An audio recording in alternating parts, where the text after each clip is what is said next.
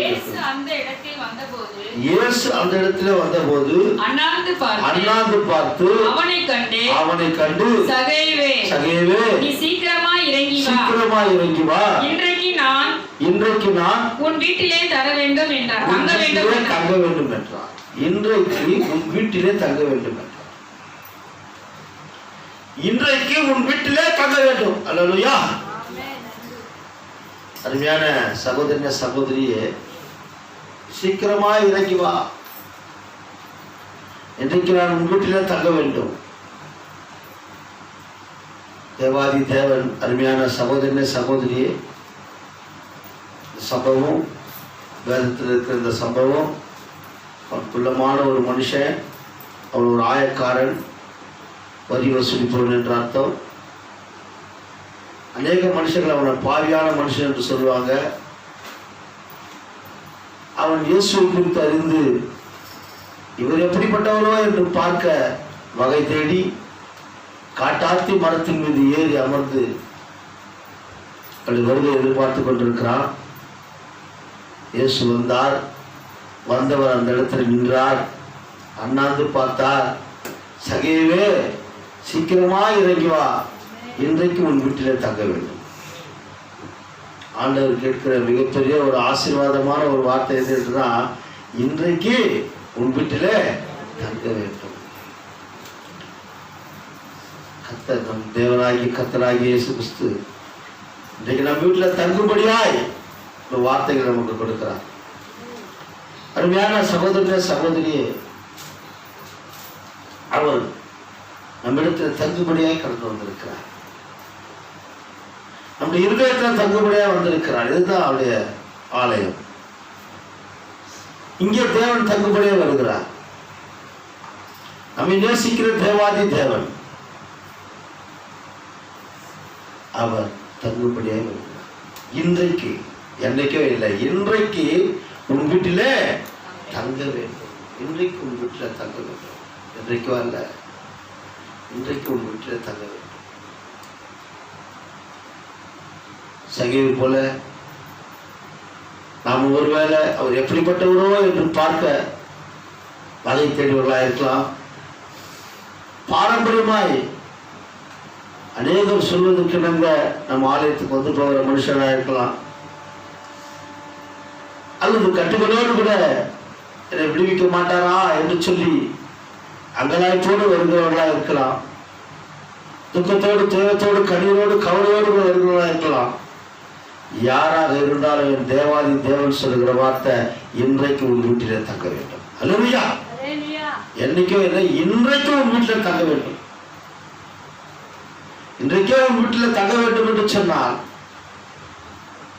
ஒரு மனுஷன், ஒரு பெரிய மனுஷன் வீட்டுக்குள்ள வருகிறார் என்று சொன்னாவே உடனடியாக நாம் செய்கிற காரியம் என்னவென்று சொன்னால், அந்த வீட்டை சுத்தப்படுத்துவோம். அந்த வீட்டில் இருக்கிற அநேக காரியங்களை அலங்காரம் பண்ணி வைப்போம். இப்படிதான் இது வழக்கம். யார் வந்தாலும், சாதாரணமான ஒரு மனுஷன் வந்தா கூட நம்ம அப்படிப்பட்ட காரியங்கள் செய்கிறது வழக்கம். உன்னதமான தேவன், அல்லேலூயா, உன்னையும் என்னையும் உண்டாக்கின தேவன், அந்த சராசரங்களை உண்டாக்கின தேவாதி தேவன், வார்த்தையாலே வானத்தையும் பூமியை உண்டாக்கின தேவாதி தேவன். ஆமென். அப்படிப்பட்ட தேவாதி தேவன் சொல்கிறார், இன்றைக்கு நான் உன் வீட்டில் தங்க வேண்டும். அல்லேலூயா. இன்றைக்கு நானே உன் வீட்டிலே தங்க வேண்டும். இங்க பாத்தீங்கன்னா 2 சீஷர்கள் கடந்த நாட்கள்ல கூட அதை குறித்து பேசி இருக்கிறோம். யோவான் எழுதின சுவிசேஷ புத்தகத்துல 1 அதிகாரம் 38, 39 வசனங்கள்ல ஒரு சகோதரன் கேட்கிறான். 2 நபர்கள், அவர்கள் யார் என்று சொன்னால் யோவான் ஸ்நானகரிடத்தில் சீஷனாக இருந்தவர்கள். யோவான் ஸ்நானகன் இயேசு வருகிறதை பார்த்து, இதோ உலகத்தின் பாவத்தை சுமந்து தீர்க்கிற தேவ ஆட்டுக்குட்டி வருகிறது என்று சொன்ன உடனே அவர்கள் இருவரும் இயேசுவுக்கு பின் சென்றார்கள். அப்படி பின் செல்கிற மனுஷர்களை பார்த்து இயேசு கேட்கிறார், நீங்கள் என்ன தேடுகிறீர்கள் என்று சொன்ன, ரபி, நீர் எங்கே தங்கி இருக்கிறீர்? வாசிமாத இயேசு திரும்பி அவர்கள் பின் செல்கிறதனால் பின் செல்கிறதை கண்டு என்ன தேடுகிறீர்கள் அதற்கு அவர்கள் ரபி நீர் எங்கே தங்கியிருக்கிறீர் என்று கேட்டார்கள். ரபி என்பதற்கு போதகரே என்ற அர்த்தமா? நீர் எங்கே தங்கியிருக்கிறீர்? சீஷனாக மாற விரும்புகிறவர்கள் 2 பேர்கள், யோவானிடத்தில் சீஷனாக இருந்தவர்கள். அவர் இயேசுவை குறித்து யோவான் சாணகன் நற்சான்று அளித்தபடினாலே, அவரை குறித்து சொன்னபடினாலே, இவர்தான் இயேசு, இவர்தான் உலக ரட்சகர் என்று சொல்லி அவர்கள் பின்னோக்கி வருகிறார்கள், பின் சென்று வருகிறார்கள். அப்படி வருவர்களை பார்த்து கேட்கிறார், நீங்கள் யாரை தேடுகிறீர்கள், என்ன தேடுகிறீர்கள் என்று சொல்லும்போது, ரபி நீர் எங்கே தங்கி இருக்கிறீர்? இது ஒரு உங்களுக்கு சாதாரணமான சொற்சுடர். இயேசுவை பார்த்து கேட்கிறாங்க, நீர் எங்கே தங்கி இருக்கிறீர்? அருமையான சகோதரனே சகோதரியே, இயேசுவை பார்த்து அந்த சீடர்கள் கேட்கிற வார்த்தை என்னன்னு சொன்னால், நீர் எங்கே தங்கி இருக்கிறீர்? இயேசு தங்குகிற இடம் எது?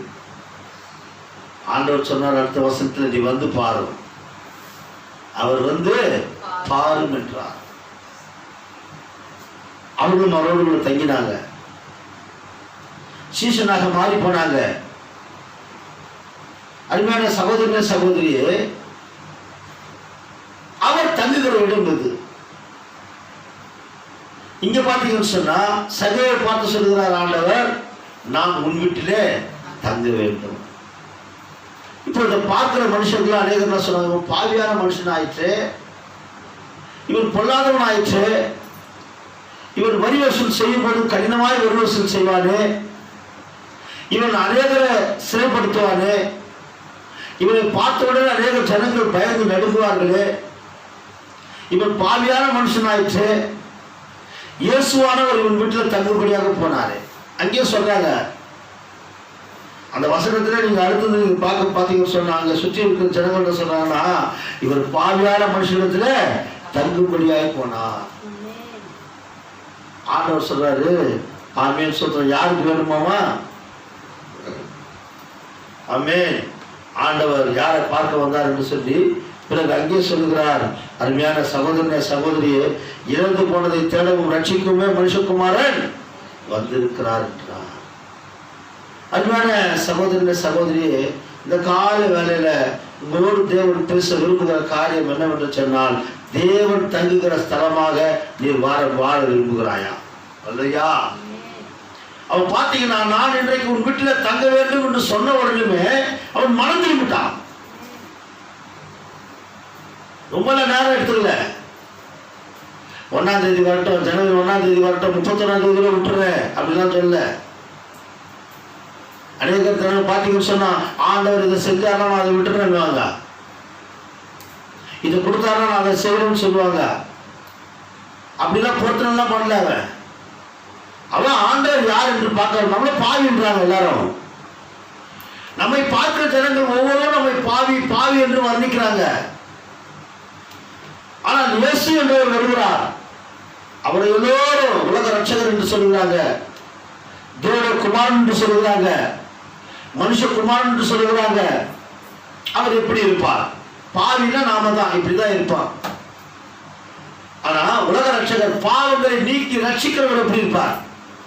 நம்முடைய பாவங்களுக்காக நம்ம ஆண்டவன் சொல்ற ஒப்பு கொடுக்கப்பட்ட ஒரு தேவ ஆட்டுக்குட்டி எப்படி இருப்பார்? இதை பார்க்கும்படியாக அவன் ஏறுகிறான். இது எப்படி மரம்னா, காட்டாத்தி மரம், முள்ளுகளால் நிறைந்த மரம்.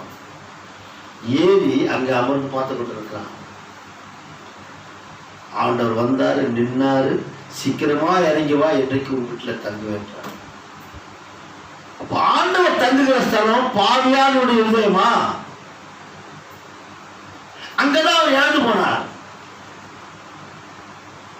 எதை இழந்து போனவோ ரட்சிக்கொண்டு மனுஷகுமாரன் வந்து இழந்து போனார். எதை இழந்து போனார்? மகிமை இழந்து போனான் மனுஷன். ஆண்டவர் கொடுத்த மகிமை இழந்து போனான். அதை தேடுபடியாய் ஆண்டவர் வந்தார், ரட்சிக்கும்படியாக வந்தார். ரட்சிப்பு என்றால் விடுதலை. அவன் மகிமை இழந்து பாவத்துக்குள்ளாக மாறி போனான். அந்த பாவத்திலிருந்து அவன் ரட்சிக்கும்படியாக உலகத்தின் பாவத்தை சுமந்து தீர்க்கும்படியாக வந்தார். இயேசு என்று சொன்னால் உலகத்தின் பாவத்தை அவன் பாவம் இன்னைக்கு நம்ம ரட்சிக்கணும் என்று அர்த்தமா. அதுக்காக தான் பூமியில வந்தார். பேர்லாம் மரியாதோ யோசிப்போ கொடுக்கல பேரு. கர்த்தருடைய தூதனானவன் வந்து இறங்கி பிறக்கிறதுக்கு முன்னாடி பேர் கொடுத்துறாரு. இந்த பேர் தான் வைக்கணும். இமானுவேல் என்றால் கர்த்தர் நம்மோடு கூட இருக்கிறார் என்ற அர்த்தமா. இயேசு என்று சொன்னால் உலகத்தின் பாவங்களை நீக்கி நம்ம ரட்சிக்கிறோம் என்று அர்த்தமா. பாவங்களை நீக்கி ரட்சிக்கிறோம் என்று சொல்லுகிறார்களே, அவர் எப்படி இருப்பார், இவர் எப்படிப்பட்டவரோ என்று பார்க்க வகை தேடினான். அவன் ரட்சிக்கப்பட்டான். இல்லையா? மனம் விரும்பினான். தேவன் எங்கே தங்குகிறார் என்று சொன்னால் அருமையான சகோதரன சகோதரி, மனம் திரும்புடைய இருதயத்தில் தங்குகிறார். அல்லையா? யாரெல்லாம் மனம் திரும்புகிறார்களோ, யாரெல்லாம் ஆண்டவரை சொந்த ரட்சகராக ஏற்றுக்கொள்கிறார்களோ, யாரெல்லாம் ஆவின் சொந்த பாவத்துக்கு மறித்து நீதிக்கு பிழைத்திருக்கிறார்களோ, யாரெல்லாம் தன் பாவங்களை மறைக்கிறவன் வாழ்வடைய மாற்றான் அவரை அறிக்கை செய்து விட்டு விடுகிறானோ, அவருடைய இருதயங்களில் தேவன் வாழ்கிறார். தங்குகிற ஸ்தலம் உடனே பார்த்த அவர் வீட்டில் போய் தங்க போயிட்டார். எவ்வளோ சொல்றாங்க, அவன் பாவியான மனுஷன் வீட்டில் தங்க போனார். பிணியாளிக்கு வைத்தியம் தேவையில்லாம சுகமா இருப்பவனுக்கு அல்ல. அவன் பிணியாளிக்கு தான் வைத்தியம் தேவை, நல்லா இருக்கிறவனுக்கு சுகமா இருப்பவனுக்கு அல்ல. ஆண்டவர் யாரை தேடி வந்தார் என்றால் இழந்து போனதை தெளிவுமே ரட்சிக்குமே மனுஷகுமார் வந்தார். முதலாவது அவர் தங்குகிற இடம் எது என்று சொன்னால், அருமையான சகோதரன சகோதரிய, மனம் திரும்புகிற இருதயம். வரல சொல்லுங்களேன். பாருங்க, அவனும் பாருங்க, ஆண்டவர் உன் வீட்டுல இன்றைக்கு உன் வீட்டுல தங்கவே ஒரு வார்த்தை தான் சொன்னார். உடனே அவன் முந்தி சொல்றான், ஆண்டவரே என்னுடைய ஆஸ்தியை பாதி விட்டு நான் கொடுக்குறேன் ஏழைகளுக்கு. எப்படி கொடுக்குறேன்? என் ஆஸ்தியில பாதியை விட்டு நான் ஏழைகளுக்கு கொடுக்கிறேன். நான் யாரிடத்திலாகினோ அநியாயமாய் வாங்கினதுண்டானால் நாளத்திலே திருப்பி தரேன். கேட்கவே இல்லை ஆண்டவர், இதெல்லாம் கொடுக்கணுமான்னு சொல்ல. இன்றைக்கும் உன் வீட்டில் தங்க போறேன், அவ்வளவுதான். உடனே ஒப்பிச்சிட்டான். அதான் மனம் திரும்புகிற இருதயம். அதுதான் இருதயம் மனம் திரும்ப. நிறைய பேர் மனம் திரும்பினதா சொல்லி இருப்பாங்க, ஆனா அந்த அழுத்தம் இருக்கும். அந்த மனதில் பார்த்தீங்கன்னா அந்த கவடு இருக்கும், எல்லா விதமான காரியங்களும் அவங்களுக்குள்ள இருக்கும், துணிகரமான பாவம் அவர்களுடைய இதயத்தில் இருக்கும். ஆனா இவன் அப்படி அல்ல. சொன்ன உடனே இந்த நாஸ்தியை பாதி விட்டு நான் ஏழைகளுக்கு கொடுக்கிறேன். அல்லையா? ஆண்டவரே நீ இதை கொடுத்தேன் நான் அதை கொடுப்பேன்லாம் இல்லை. அவர்கிட்ட ஒப்பந்தம் போடல. சொன்ன உடனே மாத்திரத்திலே அவன் எல்லாவற்றிலும் அவன் நாமின் சொத்துல இறங்கி வந்துட்டான். சீக்கிரமா இறங்கி வானா எதெல்லாம் ஏறி உட்கார்ந்துருந்தாலும் எல்லாத்தையும் விட்டு இறங்கி வந்துட்டான். அல்லேலூயா. அருமையான சகோதரன சகோதரியே, இன்றைக்கு உன் வீட்டில் தங்க வேண்டும். லூக்கா 2 லூக்கா 24 அதிகாரம் 29வது வசனம் துரிதமாய். அவர்கள் அவரை நோக்கி நீர் எங்களுடனே தங்கியிரும்.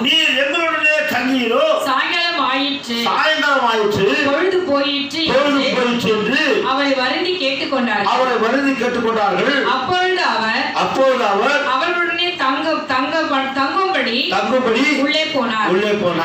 அவர்களோடு அவர் பந்தி இருக்கையில் அவர் அப்பத்தை எடுத்து ஆசீர்வதித்து அதை பிட்டு அவர்களுக்கு கொடுத்தார். அப்பொழுது அவர்களுடைய கண்கள் திறக்கப்பட்டு அவர்கள் அறிந்தார்கள். அறிந்து கொண்டதையும் உடனே அவர் அவர்களுக்கு மறைந்து போனார்.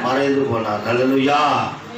அருமையான சகோதர சகோதரி, இந்த சம்பவம் அநேக தரம் நீங்க படிச்சிருப்பீங்க. ஆனாலும் கூட ஆண்டவர் மரித்து அடக்கம் பண்ணப்பட்டு 3ஆம் நாள் உயிர்த்தெழுந்தார். அவர் உயிர்த்தெழுந்த பிற்பாடு அநேகருக்கு தரிசனமானார். இந்த சீஷர்கள் எப்படிப்பட்டவர்களாக இருந்தாங்கன்னு சொன்னா, ஆண்டவர் மரித்தார் என்பதை அறிந்திருந்தாங்க, ஆண்டவர் அடக்கம் பண்ணப்பட்டார் என்று அறிந்திருந்தாங்க. ஆனால் இன்றைக்கு கல்லறையில் அவருடைய பிரேதம் காணப்படாதபடினாலே அவரை யாரோ தூக்கி கொண்டு போனாங்க என்று சொல்லி இவர்களுக்குள்ளே ஒரு கலக்கம், இவர்களுக்குள்ளே ஒரு துக்கம். இவர்கள் ஒருவரோடு ஒருவர் பேசிக்கொண்டு கடந்து போகிறாங்க. என்ன பேசிக்கொண்டு கடந்து போகிறாங்க? துக்கமுகமா. எப்படிங்க? துக்கமுகமாய் பேசிக்கொண்டு கடந்து போகிறாங்க. இயேசுவானவர் அவர்களோடு கூட கடந்து வருகிறார். நேற்று வரைக்கும் ஒரு ஜீவனோடு இருக்கிற வரைக்கும் அவர் எப்போதும் ஜீவனுள்ளவர் தான். ஆனால் மாம்சத்தில் அவர் ஜீவனோடு இருந்த வரைக்கும் அவரோடு தான் இருந்தார். தினந்தோறும் அவரை பார்த்தாங்க, அவரோடு இருந்தாங்க, அவருக்கு பணிவிடை செய்தாங்க, அவரோடு கூட ஊழியர் செய்தாங்க. அவர் கொடுத்தது அவர் நிமித்தம் சாப்பிட்டாங்க, அவர் நிமித்தம் தான் நல்ல அவர் சகலவிதமான காரியங்களை செய்து கொண்டிருந்தாங்க, மகிமையாய் காணப்பட்டாங்க. ஆனால் இன்றைக்கு அவர் கூடவே வருகிறார். அவர் கண்களுக்கு அவர் தெரியல. வரல சொல்லுங்க, தெரிகிறாரு. ஆனா இவர் யாருன்னா, இவர் யாரும். இந்த துயரம் அவருடைய கண்களை மறைத்து போடுகிறது, துக்கம் அவருடைய கண்களை மறைத்து போடுகிறது, அறியாமை அவருடைய கண்களை மறைத்து போடுகிறது. ஆவிக்குரிய கண்கள் திறக்கப்படுகிறார். தினந்தோறும் பைபிள் வாசிக்கிறாங்க, வேதம் வாசிக்கிறாங்க. ஆனால் வேதத்தில் இருக்கிற ரகசியங்களை அறிந்து கொள்ளவில்லை. இந்த வசனத்தின் ரகசியங்களை அறிந்து கொள்வதில்லை. அவர் அநேக தடவை விளக்கி இருக்கிறார், அநேக தடவை இந்த வசனங்களை அவரோடு பேசி இருக்கிறார். நான் மரித்து 3ஆம் நாளிலே உயிரோடு எழுந்திருப்பேன் என்று சொல்லியிருக்கிறார். யோனாவுடைய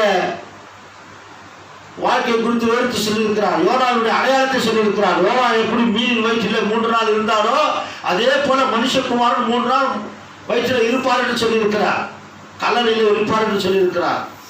அது மாத்திரமல்ல, இந்த ஆலயத்தை கட்டி இடித்து போடுறது இந்த 3 நாளிலே நான் கட்டுவேன் என்று சொல்லியிருக்கிறார். இப்படி அநேக அடையாளங்களை சொல்லியிருக்கிறார். தன் சீஷர்களோடு சொல்லியிருக்கிறார். இதெல்லாம் கேட்டவங்க அவர் கேட்டார்களே தவிர அவருடைய அர்த்தம் அவர் என்ன பண்ணாங்க? விலங்கல். அவரோடு இருந்தவர்களுக்கே, ஏசப்பா கூட இருந்தவர்களுக்கே அதோட அர்த்தம் விளங்காத போது நமக்கு என்ன பார்த்துங்கப்பா? நம்முடைய சூழ்நிலை எண்ணி பாருங்க. இன்றைக்கு அநேக தரம் அப்படித்தான். இன்றைக்கு அநேகர் அப்படிதான் வேத வசனங்களை விளங்க கொள்றது இல்லை. அதோட வசனத்துடைய சாராம்சம் என்ன, அந்த வசனத்தில் இருக்கிற சாரம் என்ன, அதை அறிந்து கொள்கிறது இல்லை. அதனால வசனம் கிரியை செய்யல அவங்களுக்குள்ள. இப்ப பாத்தீங்கன்னா இவங்க துக்கமுகமா பேசி கொண்டிருக்கிறாங்க. ஆண்டவர் அவரோடு வந்தார், அப்புறம் போகிறவர் போல காணப்பட்டார். அப்படியே வந்து கிட்ட வந்து அவங்க கிட்ட கேட்கிறார், நீங்க 2 பேரும் துக்கமுகமா பேசி கொண்டிருக்கிற காரியம் என்னன்னு கேட்டார். அவங்க சொல்றாங்க, நீங்க அந்நியரா இருக்கிறீரா? உங்களுக்கு ஒன்றும் தெரியாதா? இயேசு என்று ஒருவர் இருந்தார். அவர் வாக்கிலும் வல்லமையுள்ளவராக இருந்தார். அவரை சிலுவையில் அறைந்தாங்க. அவர் மரித்து போனார், கல்லறையில் வைக்கப்பட்டார். இன்று அவருடைய கல்லறையில் பிரேதத்தை காணோம். ஆகவே நாங்கள் துக்கமாக இருக்கிறோம் என்று சொன்ன போது ஆண்டவர் வேத வசனங்களை விலங்க காட்டிக் கொண்டிருக்கிறார். இல்லையா? வேத வசனங்களை விலங்க காட்டிக் கொண்டிருக்கிறார். கொஞ்சம் தூரம் போன உடனே சாயங்காலம் ஆயிடுச்சு. இந்த எம்மா ஊருக்கு போறாங்க அவங்க. இல்லையா? எருசலேம்லேருந்து எம்மா ஊருக்கு போய் கொண்டு இருக்கிறாங்க. அப்போ எல்லாம் சொன்னாங்க, சாயங்காலம் ஆயிட்டு, பொழுது போயிட்டு, நீ எங்களோடு கூட வந்து தங்கிரும் என்று சொல்லி வருந்தி கேட்டார்கள். ஒரு ஆள் சொல்லுங்க. இப்ப ஆண்டவர் தங்குபடியா போயிட்டாரு கூட. அப்படி போனவர் அவரோட தங்கினது மாத்திரமல்ல, அங்கே வேத வசனங்கள் விளக்கு காட்டி அப்பத்தை எடுத்து பிட்டு அவளுக்கு கொடுத்தார். அவருடைய கண்கள் திறக்கப்பட்டது. ஒரு ஆள் சொல்லுங்களேன். அல்லையா? அவள் வருந்தி காட்டாங்க. அருமையான சகோதரனே சகோதரி, அவருடைய கண்கள் திறக்கப்பட்டு எந்த எருசலேமிலிருந்து எம்மா ஊருக்கு வந்தாங்களோ இப்ப எம்மா ஊர்ல எங்க போறாங்க? மறுபடியும் எருசலேமுக்கு போகிறாங்க. நாங்கள் இயேசுவை கண்டோம், அவர் எங்களோடு கூட இருந்தார், எங்களோடு வந்தார், எங்கள் துக்கங்களை மாற்றும்படியான வார்த்தைகளை எங்களுக்கு கொடுத்தார். அப்பத்தை பிட்டு கொடுத்தார். நாங்கள் அதை புசித்தோம். நாங்கள் அவரை கண்ணார கண்டோம். அவர் மரித்தவர் மாத்திரமல்ல, உயிரோடு கூட எழுந்தும் இருக்கிறார் என்று சொல்லி அநேகருக்கு சாட்சியாய் நின்றாங்க. ஒரு அளவு சொல்லுங்க. அல்லேலூயா. அருமையான சகோதரனே, சகோதரி, இயேசு எங்கு தங்குகிறார்?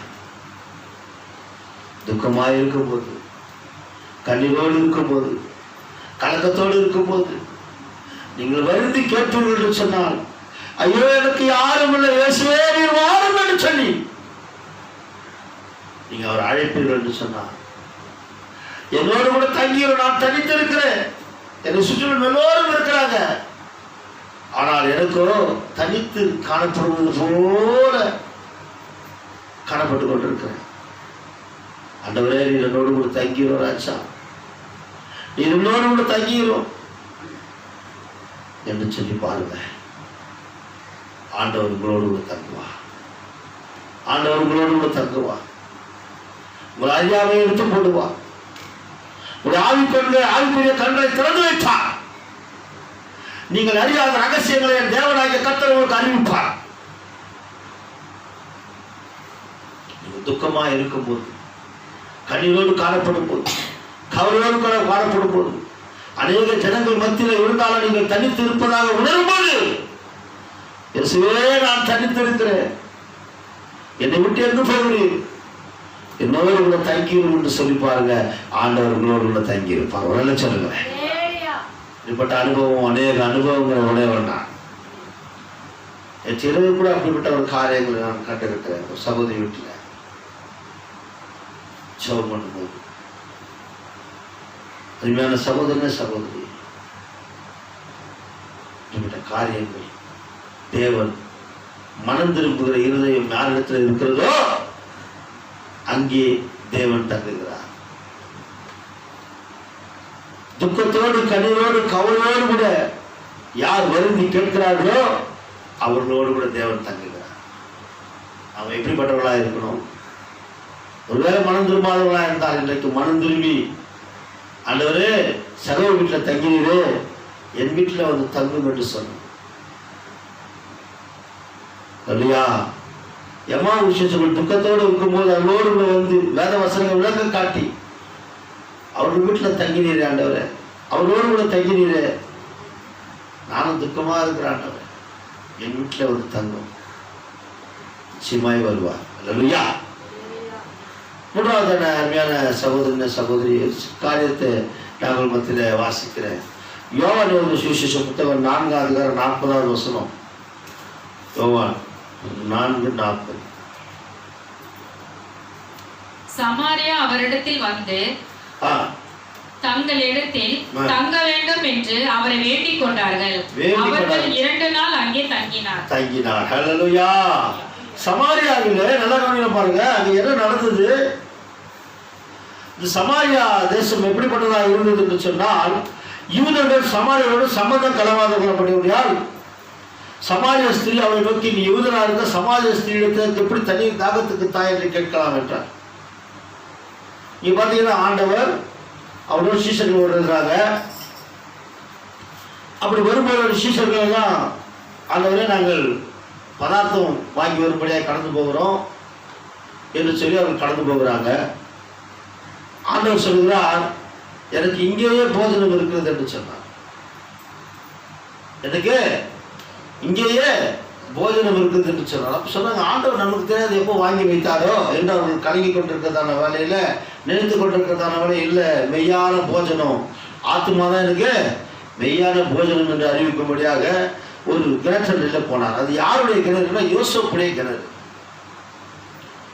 அந்த கிணற்றில் போய் யாக்கோப்புடைய குமாரன் யோசேப்பு கொடுத்த நிலத்துக்கு அருகே சமாரியன் சீகாரப்பட்ட ஊருக்கு வந்தார். அது யாக்கோப்புடைய கிணறு. அது அந்த யாக்கோப்புடைய கிணறு கிட்ட வந்து நின்று ஆண்டவர் நின்று கொண்டிருக்கிறார். அப்போது சமாரிய ஸ்திரீ தண்ணீர் கொள்ளும்படியாக கடந்து வருகிறாங்க. அப்படி தண்ணீர் கொண்டு வந்த அந்த ஸ்திரீ ஆண்டவர் கேட்கிறார், அம்மா தாகத்துக்கு தா எனக்கு என்று சொல்லி கேட்கிறார். அந்தம்மா சொல்கிறாங்க, நீர் யூதன், நானும் சமாரிய ஸ்திரீ, எங்களிடத்தில் நீங்கள் சம்பந்தம்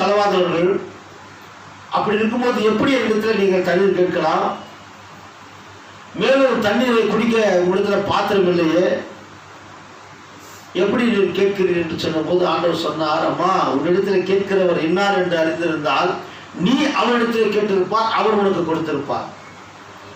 நீ எப்போதும் இந்த தண்ணீர் கொண்டு கொள்ள வராதபடிக்கு ஜீவ தண்ணீரை அவர் உனக்கு கொடுத்திருப்பார்னு சொன்னார். அப்போ அந்த ஜீவ தண்ணீரை எனக்கு கொடுக்க, நான் நீ தண்ணீர் கொண்டு கொள்ளாத வராதபடிக்கு எனக்கு தண்ணீரை கொடுக்கணும்னு சொன்னோன்னு ஆண்டவர் சொன்னாரு, நீ போய் ஒரு கணவரை அழைத்து கொண்டு வா. அந்த மாதிரி சொல்லிச்சு, என் கணவர் இப்போது இல்லை. ஆமா மெய்தான், ஏற்கனவே 5 கணவர்கள் இருந்தாங்க, இப்ப இருப்போனா உனக்கு கணவன் அல்லன்னு சொன்ன உடனே அந்த அம்மா குடத்தை வைத்து விட்டு ஓடி போனாங்க உள்ள. எல்லாரிடத்திலும் சொல்ல ஆரம்பித்து விட்டாள், ஐயோ நான் தீர்க்க தரிசனவரை பார்த்தேன், நான் இயேசுவை பார்த்தேன், இவ்வளோ மிகப்பெரிய என்னுடைய வாழ்க்கையில் நடந்ததெல்லாம் சொன்னார் என்று சொல்லி அநேகர் கொண்டு வந்தாங்க. அப்படி கொண்டு வந்த போது அந்த ஜனங்கள் எல்லாம் அவருடைய வாக்கின் வல்லமையை பார்த்து, வார்த்தைகளை பார்த்து அநேகர் விசுவாசித்து ஏற்றுக்கொண்டாங்க. ஒரு சொல்லுங்க, நீங்க அடுத்த வசனம் பார்த்தீங்கன்னா வாசம் அந்த வசனம் விசுவாசித்தார்கள், வார்த்தையை அவருடைய உபதேசத்தின் நிமித்தம், அப்படி அவருடைய உபதேசத்தின் நிமித்தம் இன்னும் அநேகர் விசுவாசித்து அந்த ஸ்திரியை நோக்கி உன் சொல்லி நிமித்தம் அல்ல அவருடைய உபதேசத்தை நாங்களே கேட்டு அவர் மெய்யாகவே கிறிஸ்துவாகிய உலக ரட்சகர் என்று அறிந்து விசுவாசிக்கிறோம். இங்க பாத்தீங்கன்னு சொன்னா அவங்க எல்லாம் ஆண்டவர் என்ன பண்றாங்க, தங்கும்படியாக அழைக்கிறாங்க. அப்படி தங்கினவர்கள் உபதேசத்தை கேட்கிறாங்க. உபதேசத்தை கேட்கிற அநேக ஜனங்கள் ரட்சிக்கப்படுகிறாங்க. உடனே சொல்லுங்க, விசுவாசித்து ரட்சிக்கப்படுகிறாங்க. ஆண்டவர் தங்கினால், அவரை வருந்தி கேட்போம் என்று சொன்னால், நம்ம ரட்சிக்கப்பட வேண்டும் என்று சொன்னால் இயேசு நம்ம இடத்துல தங்கணும், நம்ம ஊர்ல தங்கணும். நம்ம வீட்டுல மாத்திரமல்ல, நம்ம ஊர்லயே தங்கணும். அல்லேலூயா. நம்ம ஜெபிக்கணும், ஆண்டவரே என் வீட்டுல மாத்திரமல்ல ஆண்டவரே, இந்த ஊர்ல இருக்கிற அநேக ஜனங்கள் ஆண்டவரை உண்மை அறியாத ஜனங்கள், அப்பாவை ஏற்றுக்கொள்ளாத அநேக ஜனங்கள் உண்டு ஆண்டவரே. உங்களுடைய அற்புதத்தையும் அதிசயத்தையும் அவர்கள் காணாத ஜனங்கள் ஆண்டவரே. அப்பா நன்மையை காணாத ஜனங்கள் ஆண்டவரே. அப்பா பொய்யாய் நடப்பிக்கிற காரியங்களை நம்பி தங்களை தாங்களே உருவ குத்தி கொண்டிருக்கிற ஜனங்கள் ஆண்டவரே. பாவத்தின் மேல் பாவத்தை செய்து பாவியான மனுஷர்கள் ஆண்டவரே. எங்களை மாத்திரம் அந்த பாவத்திலிருந்து எழுப்பது மாத்திரமல்ல ஆண்டவரே, இந்த ஜனங்கள் மூலமே ரட்சிக்கப்படணுமே என்று சொல்லி நீங்கள் கதறுவீர்கள் என்று சொன்னார். தேவன் உங்க இடத்துல மாத்திரமல்ல, உங்க எல்லையிலும் தங்குவார். ஒரு சொல்லுங்களேன், அப்படிதான் தங்கினார். இப்ப அந்த ஜனங்கள்லாம் அவருடைய உபதேசத்தை கேட்டாங்க. எங்கே உபதேசம் கொடுக்கப்படுகிறதோ அங்கே இயேசு தங்குவார். ஒரு சொல்லுங்களேன், உபதேசம் எங்க இருக்கிறதோ, உபதேசம்னா உலக பிரகாரம் உபதேசம் இல்ல, கதை சொல்ற காரியம் இல்ல, புராணகால இதிகாசங்கள் அல்ல, நான் அங்க போனேன், இங்க பார்த்தேன், இங்க வந்து அங்க செஞ்சேன், அதெல்லாம் இல்லை. நான் பிசாசுகளை துரத்தினேன், நான் அற்புதங்களை செய்தேன், அப்படிப்பட்ட உபதேசங்கள் அல்ல. வேதத்தில் இருக்கிற வசனத்தை கொண்டு உபதேசிக்கிற இடம். உடனே சொல்லுங்க, அங்க நிக்க முடியாது, அங்க நிக்க முடியாது. வீரன் பாம்பு குட்டியில அங்க நிக்க முடியாது. அக்கினியை பார்த்த உடனே என்ன பண்ண, அந்த வீரன் பாம்பு கையை பிடிச்சிடும். யார் அக்கினியை போடுறாங்களோ, அக்கினி கிட்ட கொண்டு போறாங்களோ அவங்க கையை பிடிச்சிடும், நிக்காது. அப்படியே கதை பேசிட்டு வெறும் பாட்டு பாடிங்க ஜாலியா அப்படியே ஆடுறாங்க. சகோதரி சொல்றியா, பாட்டு மாத்திரம் தாயா போன சொல்றாங்க, வேற எதுவும் இல்லை. பாட்டு மாத்திரம் தான், உபதேசம் இல்லை, வசனங்கள் இல்லை, வெறும் சாங்ஸ். எத்தனை விதமானது. கண்ணாடி வீட்டுல இருந்து கல்லெறிகிற கதை, கண்ணாடி வீட்டுல இருந்து கல்லெறி என்ன ஆகும், அவன் வச்சா கல் நம்ம வீடு தான் ஓடி முடியும். அந்த மாதிரி நாம அந்த காரியங்களை சொல்றது நம்மை நாமே நடித்துக் கொள்கிற காரியம். அதுக்குள்ள கடந்து போல அப்படிப்பட்ட காரியங்கள் உபதேசம் ஆவியிலே உணர்த்தப்படணும், ஆவியிலே வரணும் வார்த்தைகள். ஆவியானவர் பேசுற அந்த வார்த்தைகளை கொடுன்னு சொல்ல நம்ம கொடுக்கணும்.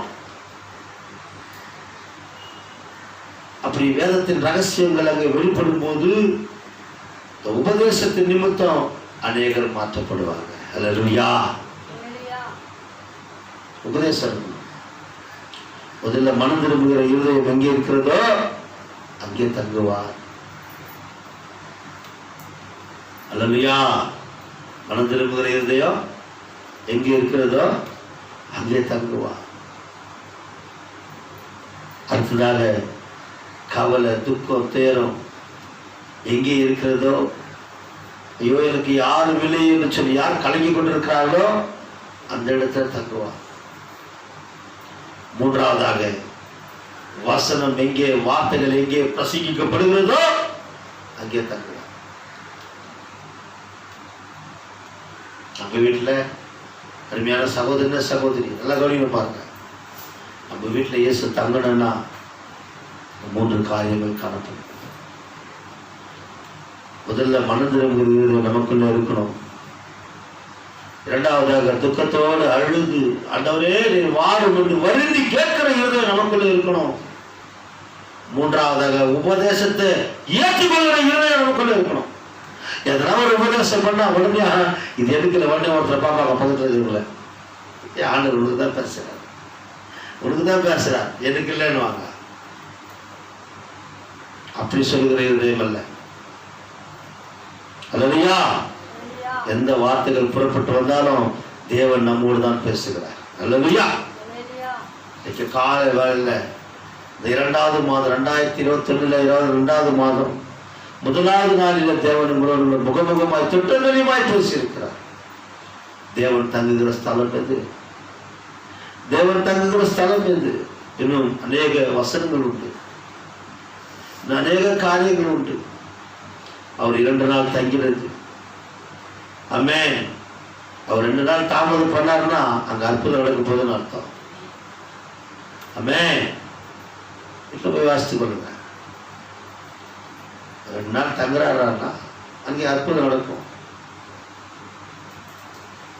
மார்க் 8:2 2 நாள் தங்கினார், அங்கே அற்புதம் நடந்தது.